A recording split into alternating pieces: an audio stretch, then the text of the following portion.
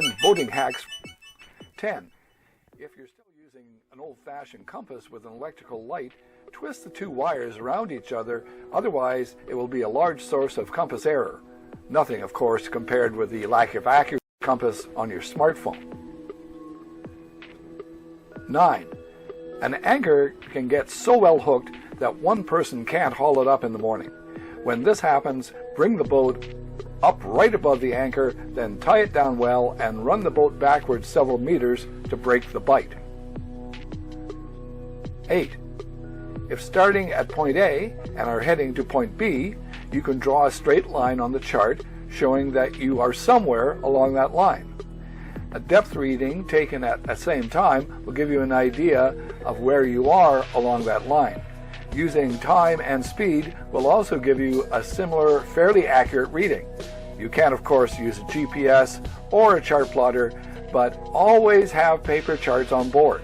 They work without satellites or electricity. They do, however, run on brain power, so know how to use them. 7. Pride comes before a fall, and overconfidence has led an experienced navigator into a mayday call. Never use just one source for navigation. 6. Rubbing and abrasion are a rope's worst enemies. Put some plastic tubing over the line at pressure points to protect it. When at anchor, for considerable periods, freshen the nip or play out some of the line to bring the chafe on the line to another place. 5. When single-handing, set up the anchor in the cockpit well ahead of dropping. Lead the line aft on the deck, making sure there is nothing on the deck to foul it, and bring it into the cockpit. When ready, drop the anchor on the weather side from the cockpit. Bob's your uncle. It works for me, although I have had a few laughs from other sailors from time to time. 4. I love ranges.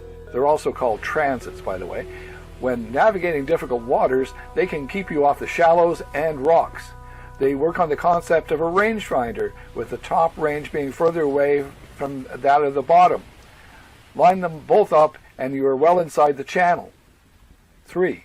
When running a difficult channel or canal on a windy day, favor the windward side of the channel. If you do run aground, it will be a heck of a lot easier to get off if the wind is helping you rather than pushing your boat on shore. 2.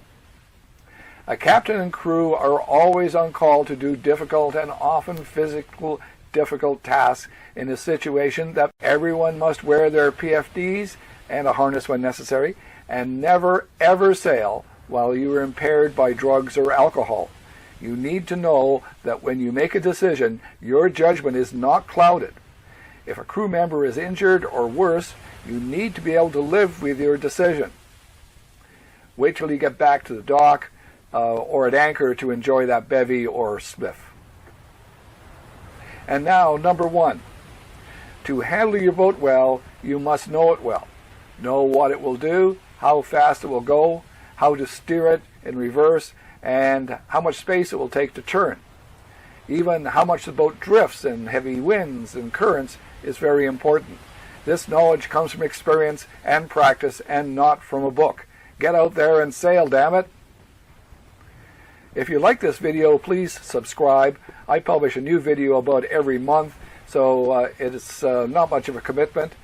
Give it a thumbs up and forward it to your sailing buddies. Did we miss something? Let us know in the comments below. Thank you for watching.